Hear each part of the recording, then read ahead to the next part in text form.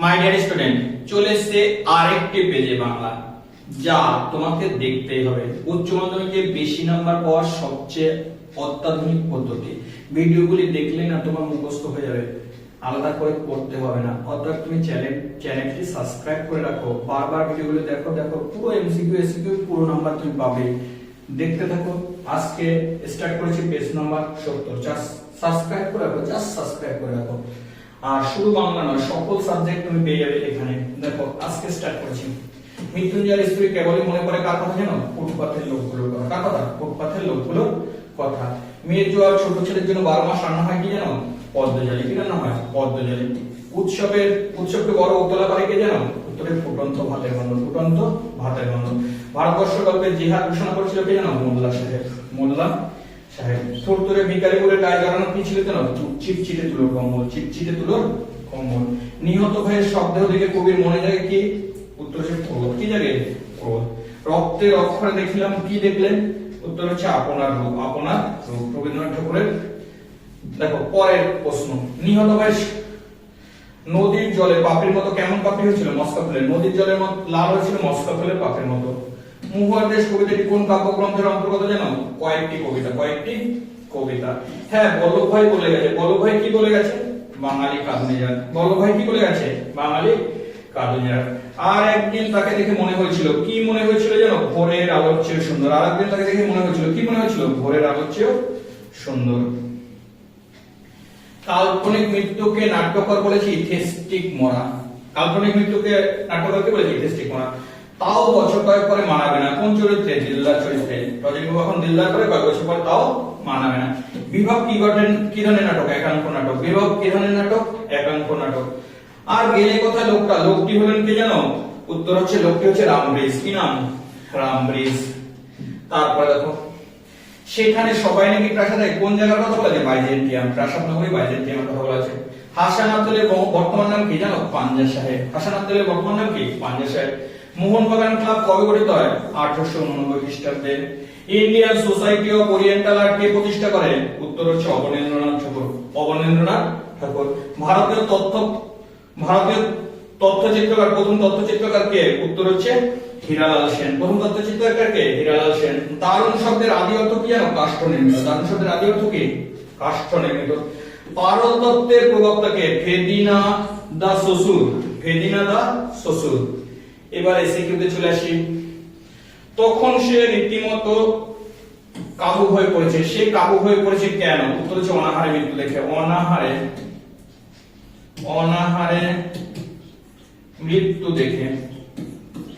কে জানো? মৃত্যুঞ্জয়। তার শরীরের প্রতিক্রিয়া হচ্ছিল, তাই সে কাবু হয়ে পড়েছিল। তারপরে দুইটা আছে পুরুষে পাতলা সম্পর্কে ডাকা পুরুষের বচনটি কি?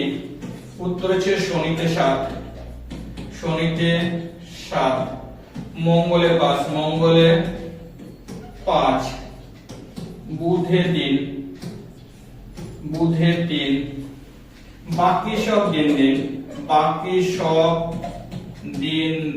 এটা হচ্ছে ডাকা পুরুষ বচন। তাহলে শনিতে 7, মঙ্গলে 5, বুধে 3, বাকি সব দিন। কঠিনকে ভালোবাসা কারণ কি? কঠিন হলো সত্য, যা কখনো বঞ্চনা করে না। কবি সত্যকে ভালোবাসে কেন? কখনো বঞ্চনা করে না। তেমনি একটি তারা এখনো ভাসে। তারাটি করতে কবি কি মনে হয়েছে?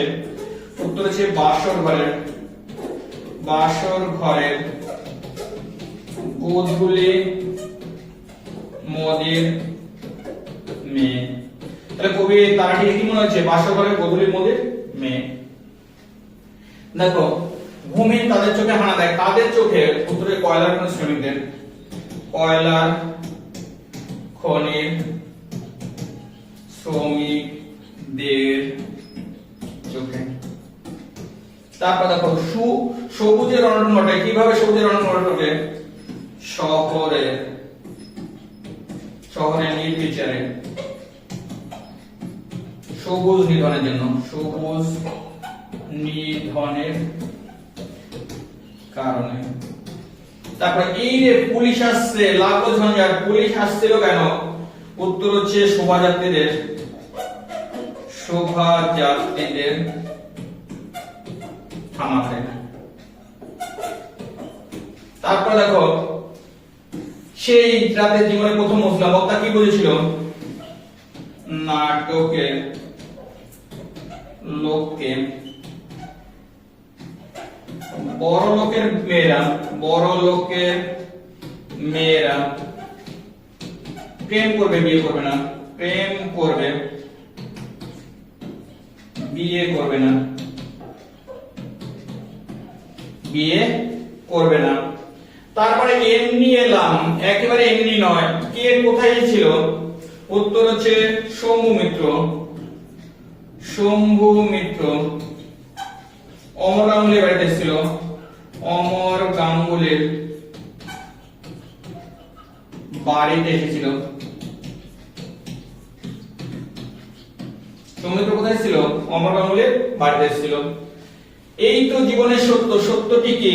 উত্তর হচ্ছে যতক্ষণ স্টেজে থাকে, যতক্ষণ স্টেজে ততক্ষণ কদর। এটা হচ্ছে জীবনের সত্য। তারপরে প্রশ্ন দেখো, তারা থাকতো কোন ভাষায়? কাদের কথা বলা হয়েছে? উত্তর হচ্ছে লিমা তৈরির শ্রমিকরা। তারপর হচ্ছে সেকালে ঘন ঘন শাখা হতো। শাখা হলে কি হতো? জানো? বাড়িতে অরন্ধন এবং মেঝেতে শুতে হতো। বর্ণমূলক ভাষা বিজ্ঞানের আলোচ্য বিষয়গুলি কি? উত্তর হচ্ছে ভাষার বর্ণনা, গঠন রীতি। ল্যাড কি? ল্যাড হচ্ছে ল্যাঙ্গুয়েজ অ্যাকুইজিশন ডিভাইস।